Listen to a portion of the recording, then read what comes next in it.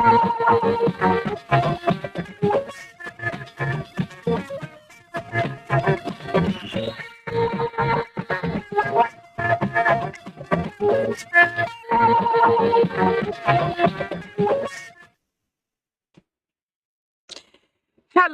a warm welcome, and many thanks for joining us for Newsline. It is time for the program again, and human interest stories, as usual, are mind-boggling. I am Jennifer Igwe. Thanks for joining us. Now, news of the illegal harboring of over 70 people in a church in Ondo State is still trending and raising debates in different quarters. What are the facts, really? How did it happen and why? Many questions indeed. Our correspondent who went on a fact-finding mission has worrisome revelations. Then, campaign against rape and rapists have also revealed many wicked crimes, particularly against minors. And despite advocacies and convictions, ugly incidents keep arising. What in the world would, for instance, make a full-grown adult rape a 6-year-old? How would a newly signed law in Kebbi State, where the incident happened, ensure the culprit pays for his evil? Stay on the line for details. And still on man's inhumanity to man, our reporter will tell us about the harrowing case of a teenager who lost his eyes to ritualists. Gory story indeed, and an eye-opener. How did we get here as a society? But in the meantime, our social diary is buzzing with wedding bells and initiatives that will leave long-lasting memories. So let's start the show, and we will start with the news segment. And my colleague, Claire Adelabu Abdurazak in Abuja, is waiting for the cue. Claire, good to see you.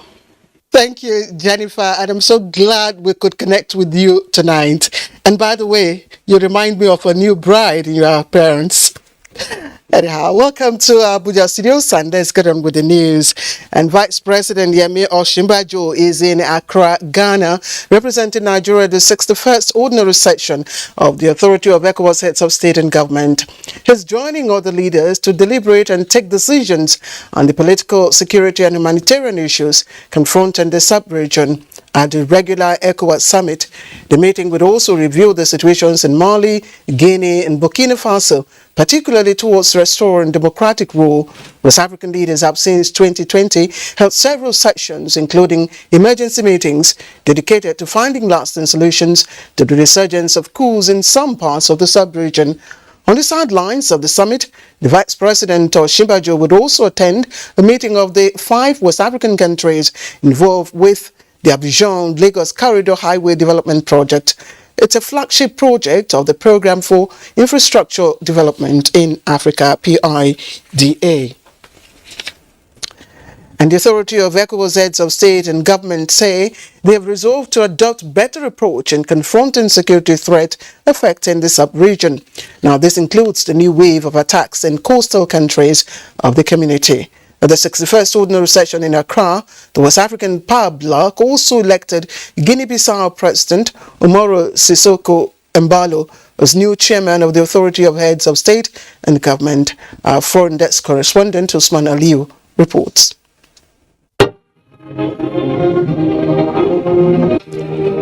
Here it's calm, but what is happening in some parts of the ECOWAS community is worrisome. That is why the conversations and deliberations that brought these presidents of West African sub-region, including Nigeria's Vice President Yemi Osinbajo, are worthy of reckoning. Security threat by terrorists escalating to the coastal countries in the region on one side, and efforts on mediation in Mali, Guinea, and Burkina Faso on the other.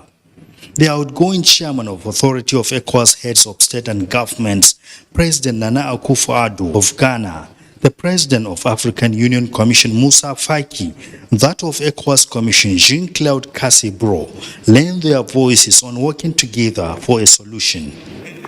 It is imperative for us to continue to implement our regional action plan against terrorism and to coordinate our various security initiatives. This will reinforce our collective response to this destabilizing threat. Leaders of the ECOWAS community also reviewed the diplomacy, projected economic growth with improved trade integration in the sub-region.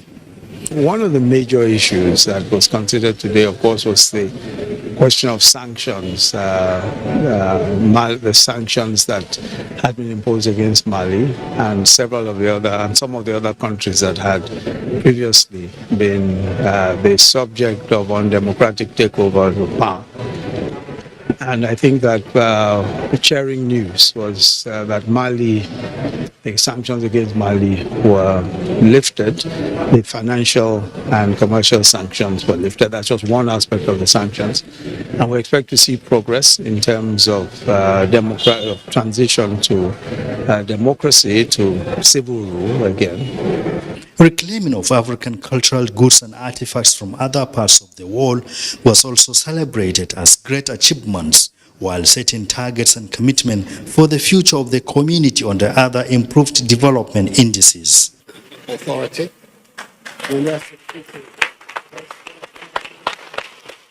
Meanwhile, President Umaru Siseko Embalo of Guinea-Bissau has been elected as new chairman of the head of the authority of ECOWAS. He assured to continue building on the legacies of his predecessors to achieve the mission of the West African Power Bloc. In Accra, Ghana, Usman Aliyu, NTA News. And back home, the federal government has restated commitment to reducing high prevalence of maternal and child deaths in the country. The Minister of Health, Dr. Osage Henry, stated this at the launch of a policy document on reproductive, maternal, child, adolescent and elderly plus nutrition health. Basi Taipang reports. Records from the Federal Ministry of Health shows currently maternal mortality ratio in Nigeria stands at 512 days per 100,000 live births. This means about 5 women die during pregnancy, childbirth, or within 2 months of childbirth. Worried by these unpleasant health indices, as well as the high rates of malnutrition in the country, the federal government convened this meeting with stakeholders in Abuja, with one thing at the center of these like minds: solution. So this subject covers the entire cycle of life from beginning to end. It covers prevention of disease, promotion of health, cure of illness, and mental well-being.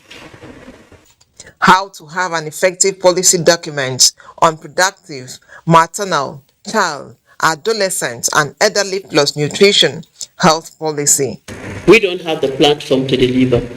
The only platform that exists for Federal Ministry of Health is the tertiary institution, and that is supposed to serve the state as a resource base to build their capacity, to mentor, to ensure that they provide quality. And how many states are tapping from that resources? Political commitment at national and state level is another solution that was preferred.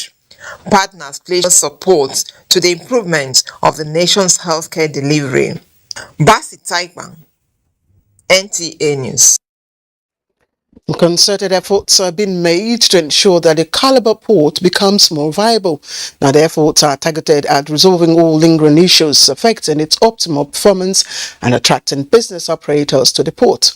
Now, with the recent influx of vessels to the port, including the Singapore bulk cargo vessel, experts are predicting that the Calabar port will fast become an economic window of employment. We join Achibong Basi for this report.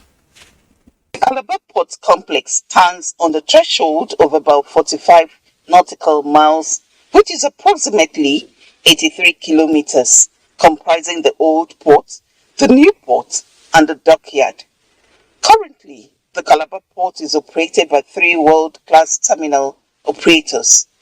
The port manager, Calabar Port, and the management team have continuously worked with dedicated targets of delivering on its mandate. During the period under review, we received 72 vessels. Revenue generated in Calabar port came up to $6.5 million.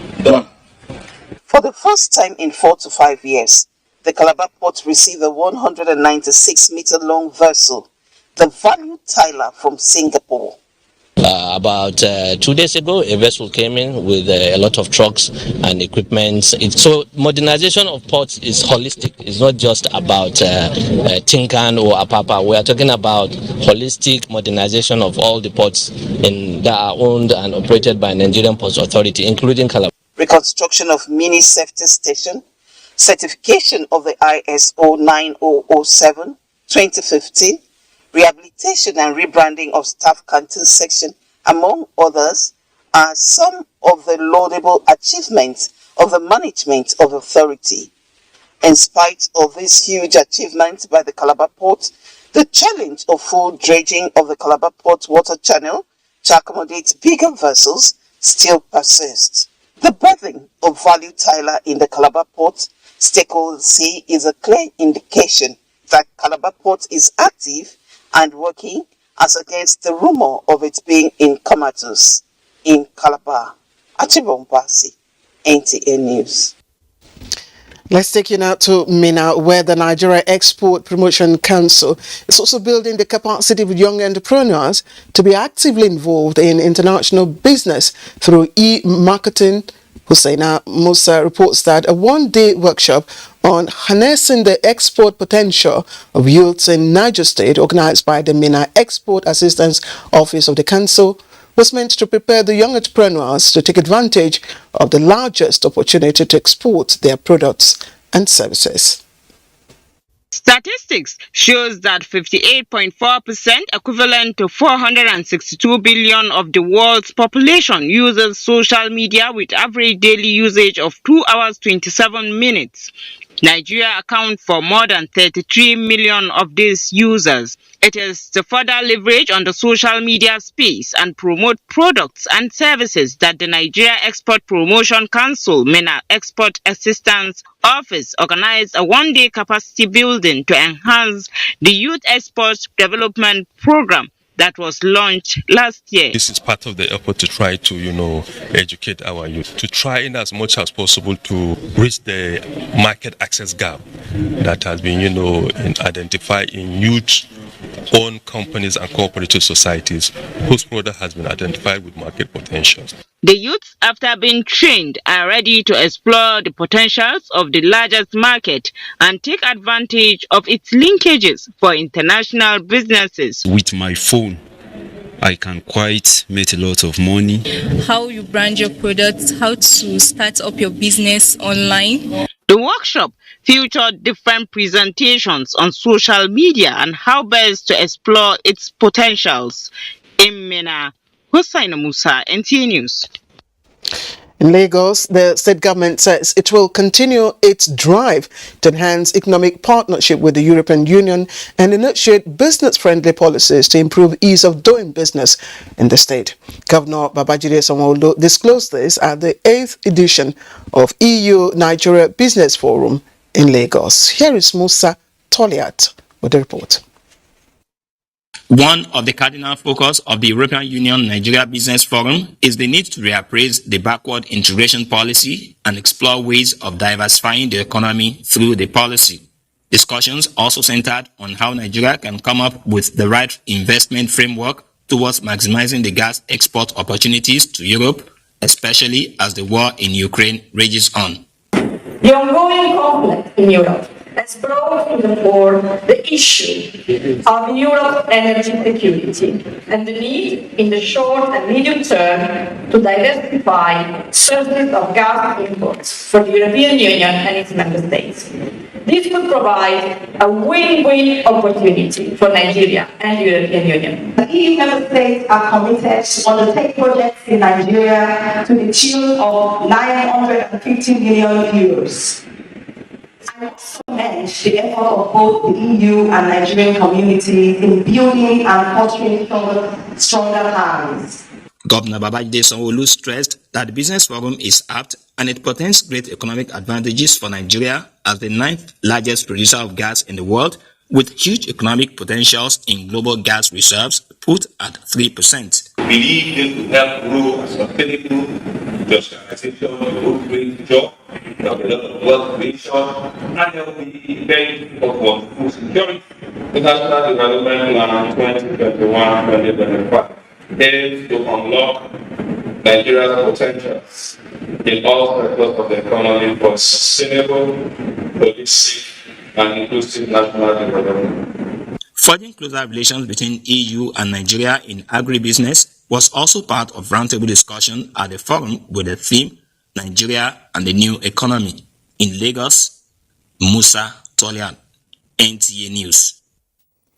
In furtherance of its infrastructure drive across the country, the federal government has inaugurated the 55-kilometer Nguru-Gashua-Bayamari Road, constructed at the cost of more than 17 billion naira.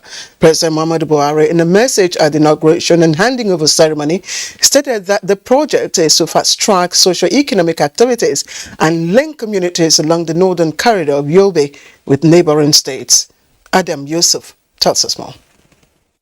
The rehabilitation of Section 1 Phase 2 of 30-kilometer Nguru-Gashua-Bayamari Road was awarded in February 2018 at the cost of more than 10.5 billion naira and a completion period of July 2022. While the 25-kilometer stretch Section 2 Phase 1 of the road, which costs about 6.6 billion naira, awarded in December 2012, was completed in December 2018. Inaugurating the projects, President Muhammadu Buhari represented, says the federal government's investment in road infrastructure across the country is meant to boost economic fortunes of benefiting communities. As we enter the final lap of the tenure of the Buhari administration, we are also entering a season of completion and delivery of projects. The importance of this one to the socio-economic development of the state cannot be overemphasized. It is a link between Zone C Senatorial District and other parts of the state. It also serves as a bridge connecting social and international trade between other parts of the state and the border communities of the Niger Republic. The Minister of Works and Housing, Babatunde Fashola, represented, says the projects are among numerous infrastructures executed to generate jobs and tackle poverty, as well as ease movements of goods and services across the country. These projects represent major investment in road transport infrastructure, which is a commitment of the Buhari administration as a driver for economic growth and prosperity. A cross-section of benefiting communities lauded efforts of the federal government for the gesture, which they noted will uplift their standard of living. In Damaturu, Adam Yusuf, NTA News. And work is in progress at the Phase 3 of Abuja-Kano dual carriageway, with about 44% completed. Mohammed Ali reports that Director Highways Construction and Rehabilitation of the Federal Ministry of Works and Housing, Faron Shaw Esson, says the federal government is committed to ensuring that this section is completed before the end of the first quarter 2023. Motorists plying the 137-kilometer Zaria-Kano dual carriageway, which was a nightmare, now drive with ease as a result of the rehabilitation work. Kano-bound right-hand single carriageway is 60-kilometer length completed, and another hand of Zaria-bound recorded 64-kilometer open for traffic. Activities of artisans along the right-of-way, which poses straight to the road structure, the director says is not acceptable. People have turned the shoulder into parking spaces and people are washing cars. So we continue to call on the law enforcement agencies to do their job by sending away these people from our roads. I want to appeal also to all stakeholders to be with us with the inconvenience this brings to everybody, and I can promise, like the director said, we will finish this road from Zaria to Kano in the first quarter 2023. During the inspection of projects in Kano, the team visited the ongoing construction work of 26.6 kilometer Kano Western Bypass, which has reached appreciable percentage. The projects, when completed, will boost economic activities between the south and northern part of the country, as well as international trade linking the coastal ports and neighboring sub-Saharan countries. Muhammad Ali, NTA News. The Inspector General of Police, Usman Alkali Baba, has applauded the Oyo State Police Command for arrest of 6 members of the notorious bank robbery gang. A statement by the Force Public Relations Officer, Olumuyiwa Adejobi, says the suspects were arrested after concluding plans to execute a bloody bank robbery attack on a new generation bank within the Ibadan metropolis in Oyo State. Similarly, the IGP also commended the IRT for successfully arresting 5 members of a fraud syndicate who specializes in hacking into bank accounts of individuals and corporate bodies to steal monies. The suspects were apprehended while attempting to hack into a company's account to steal the sum of 3.4 billion naira. The IRT operatives equally arrested a notorious arms dealers and 2 kidnapped suspects in Kaduna and the rescue of 2 kidnapped victims in their custody. CSP Adejobi says all the suspects will be charged to court upon conclusion of investigations.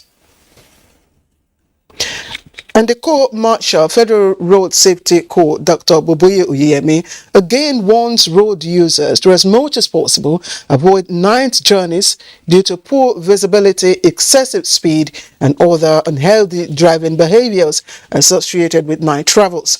Now, the FRSC boss gives the warning following multiple fatal crash that occurred on Saturday night, July the 2nd, 2022, around the Lagos-Ibadan Expressway. The unfortunate mishap involved 3 vehicles conveying a total of 25 persons. While 17 unidentified victims were burnt beyond recognition, 7 persons sustained various degrees of injuries. Investigations revealed the main cause of the crash to be route and speed violations. The FRSC advises commuters to always plan their trips to fall within daytime to minimize casualties recorded as a result of night trips, and use the FRSC toll-free line 122 or contact the National Traffic Radio 107.1 in case of emergencies.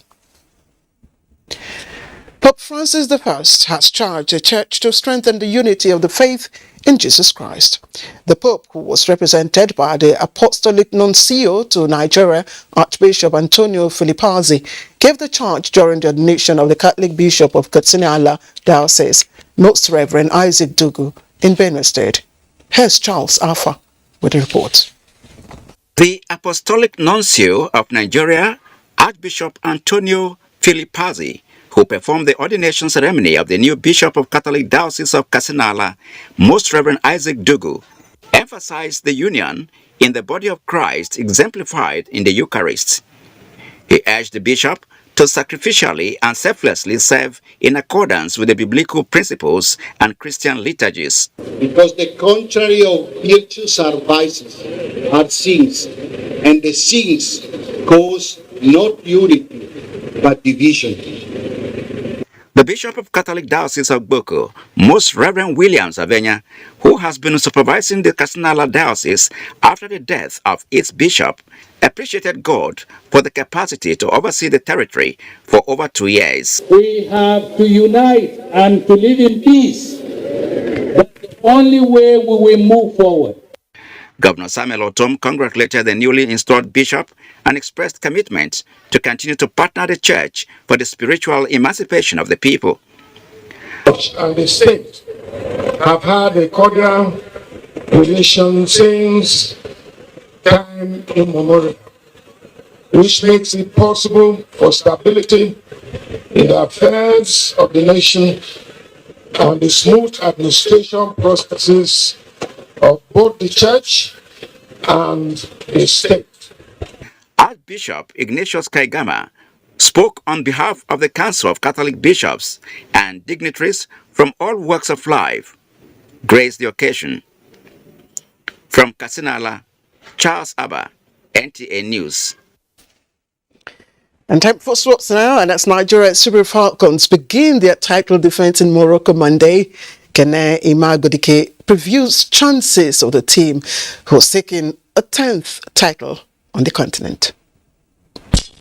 After their controversial but tricky qualifiers against Ghana and Cote d'Ivoire, defending champions Nigeria Super Falcons got a glimpse of what lay ahead the 2022 Africa Women's Cup of Nations, where they are expected to not only shine, but also put a stamp of authority on their dominance of the continent. For every edition that we have gone for, we've always had a threat. Everybody wants to halt the dominance of the Super Falcons in Africa. Everybody wants to create an upset. Everybody wants to use the Super Falcons to make a news.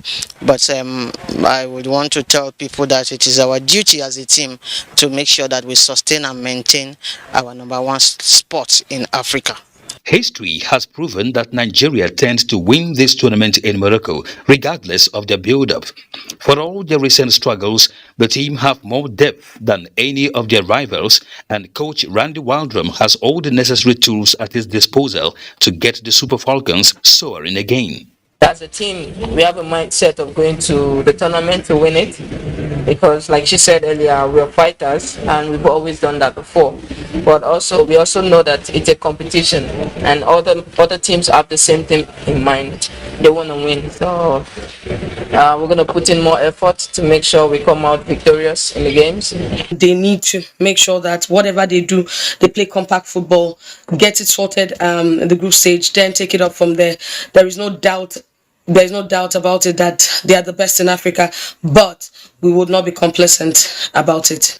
Nigeria began their campaign in Morocco with a game against arch-rivals South Africa July 4 before the fixtures against Botswana July 7 and Burundi July 10 in Group C. The 2022 Africa Women's Cup of Nations, the first since 2018 due to COVID-19, serves as qualifiers for the 2023 FIFA Women's World Cup in Australia and New Zealand. In Abuja, I am Kenan Ima Abodike, NTA News.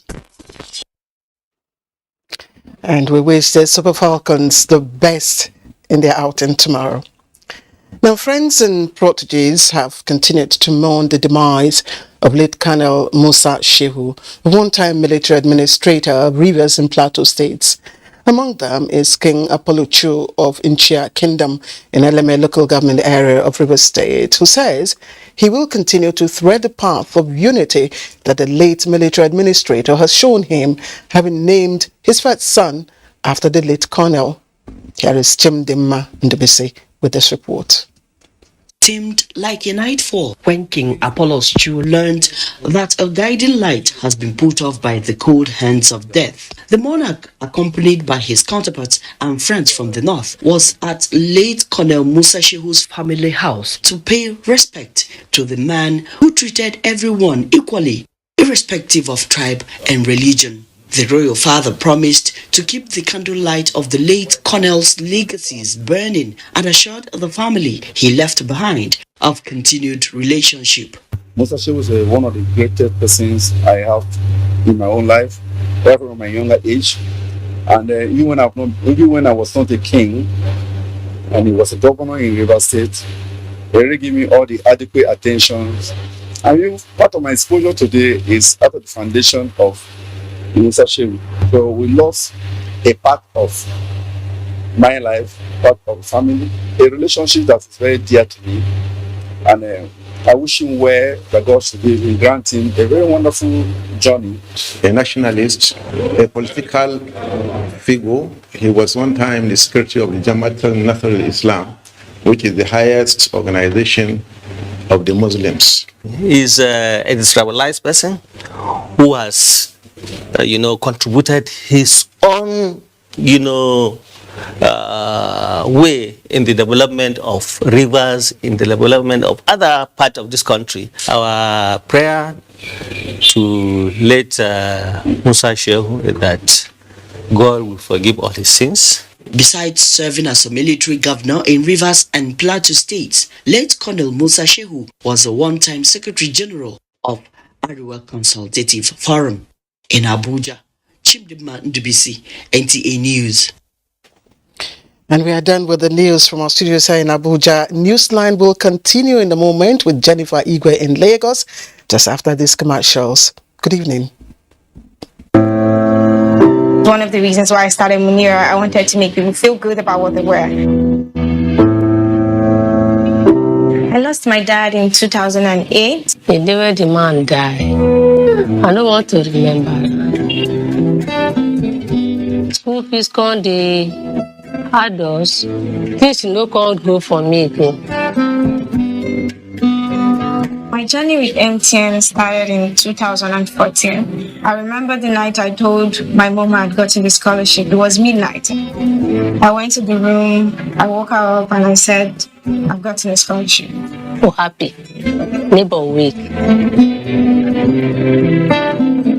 The tagline for the YEDP program was Turn It Up. The funding has helped me turn my dream on. My ambition is to be successful, impact lives, and generally just make people happy.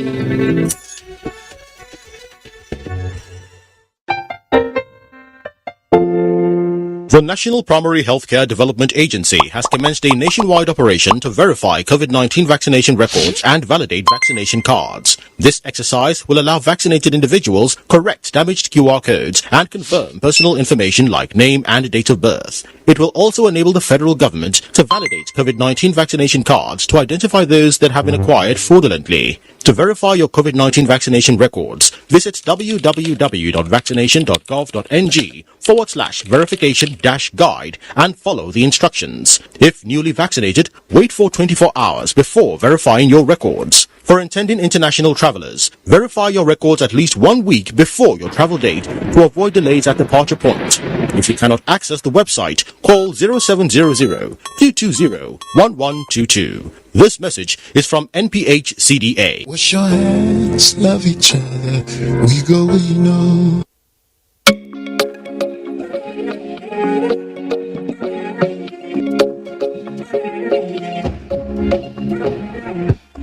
Fighter from Niger, 60 years of comfort. Quality is fighter, quality is fighter, fighter for sure. Is fighter, take you for the joy, memories of comfort. Vitafoam is proudly Nigerian and constantly support Nigerians with consistent quality products for comfort and well-being. With Vitafoam, you don't just sleep. We give you the comfort that gets you recharged. Vitafoam, the fine art of living.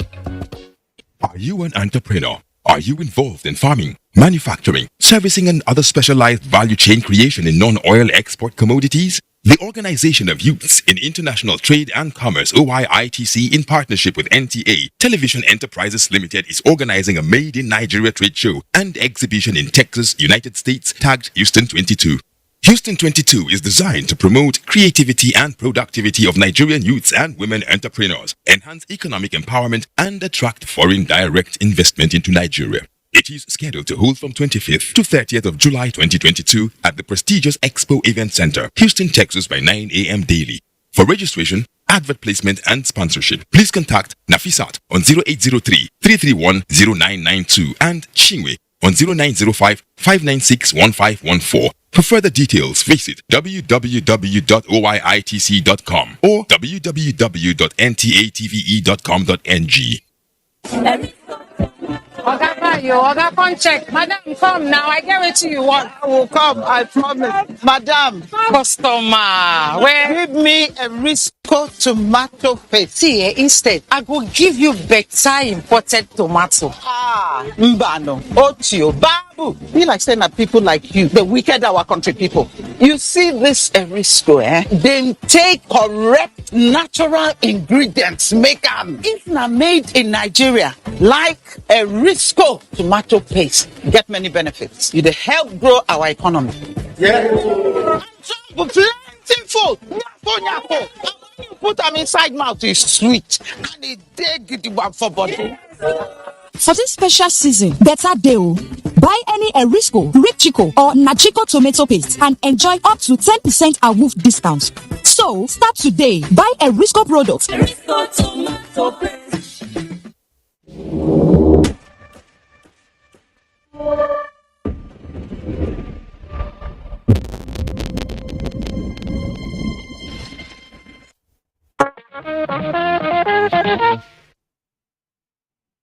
Welcome back. When the news of illegal harboring of over 70 people in a church in Ondo State rent the airwaves, Nigerians were taken aback and reacted in different ways. Kayode Olorodare, who went on a fact-finding mission to the church, reports that most of the rescued people are victims of wrong indoctrination, while residents of the area want the government to immediately shut down the church. The church, Bible Believers Church, Mercyland layout in Ondo West local government area of Ondo State, is now under lock and key, with security personnel on ground to prevent possible breakdown of law